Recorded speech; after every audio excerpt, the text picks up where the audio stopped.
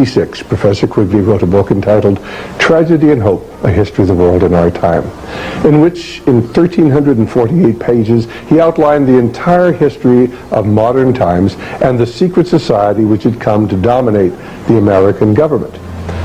The book was published by Macmillan Company. In fact, it was so revealing that almost immediately the publishing house was bought up, and someone who worked for the new publisher destroyed the plates to the first half of Professor Quigley's book.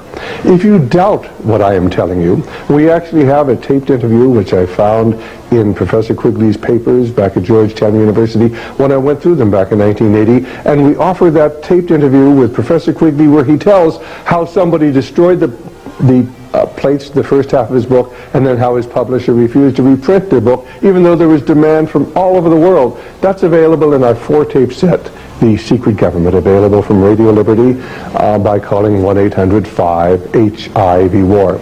Now, of course, the Council on Foreign Relations is not the only organization working behind the scenes to change America from a free society into a corporate socialist or fascist society. There are many organizations, and that story is told in our video entitled The Brotherhood of Darkness, and the true story of the murder behind the Orient Express, and of course is contained, at least the soundtrack, in our 4-tape set, Secret Societies. Ladies and gentlemen, America is in terrible trouble. Have you ever noticed it really doesn't seem to matter whether we have the Republicans or Democrats in control of Congress or in control of the White House? The same foreign and domestic policies continue. In fact, if you read Senator Barry Goldwater's book, With No Apologies, on page 279, he will tell you that, you know, since the late 1940s, shortly after the war, there have been 4 Republican presidents and 3 Democrat presidents, and he was, of course, taking us up till 1979 when his book was written. And he said, you know, other than the first 7 years of the Eisenhower administration, it didn't matter whether the Republicans or Democrats were in control of the White House because we had the same identical foreign policy. If you read Professor Quigley's book, Tragedy and Hope, A History of the World in Our Time, on page 1247 and 1248, he will tell you that what we really need are 2 political parties that are just the same, so we can vote the scoundrels out at any time, but nothing will change. The same foreign and domestic policies will continue. In fact, Professor Quigley, on page 324 of his book, Tragedy and Hope, the one where the pages, the plates, the first half of the book were actually destroyed by someone, and the publisher refused to ever reprint the book in its entirety.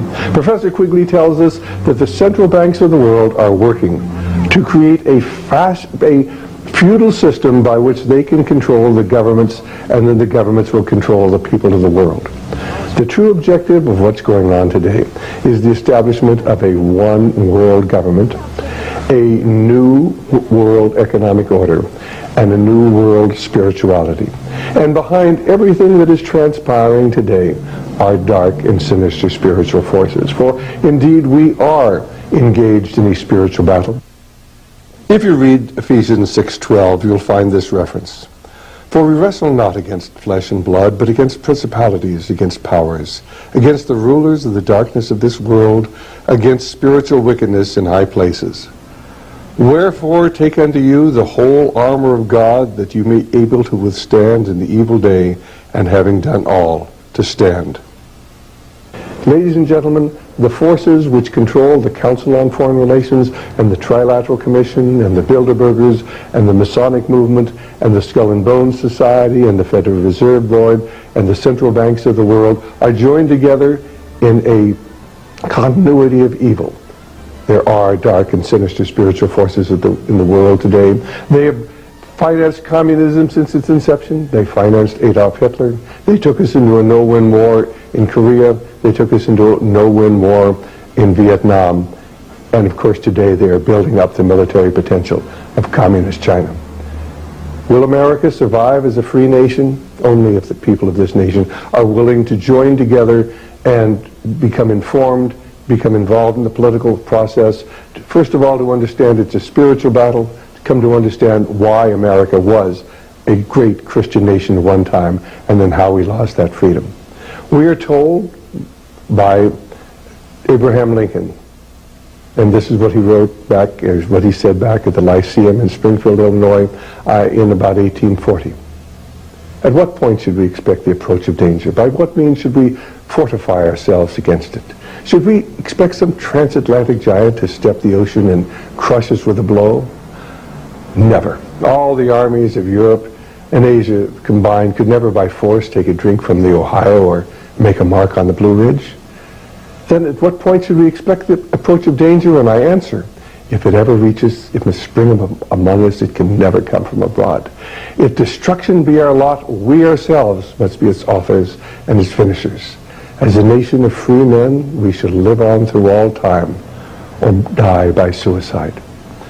And then let me close with that wonderful quotation from James Russell Lowell, written in 1844, and this is what he wrote. Once to every man and nation comes the moment to decide, in that strife of truth with falsehood for the good or evil side. Some great cause, God's new Messiah, offering each the bloom or blight, and the strife goes on forever, twixt the darkness and the light. Then to side with truth is noble, ere to share her wretched crust, ere her cause brings faith, fame, and fortune, and is 'tis prosperous to be just. Then it is the brave man chooses, while the coward stands aside, until the multitudes make virtue of the faith they have denied. Though the cause of evil prospers, yet his truth alone is strong. Though our portion be the scaffold, and upon the throne be wrong. But that scaffold sways the future, for in the dim unknown standeth God within the shadows, keeping watch above his own.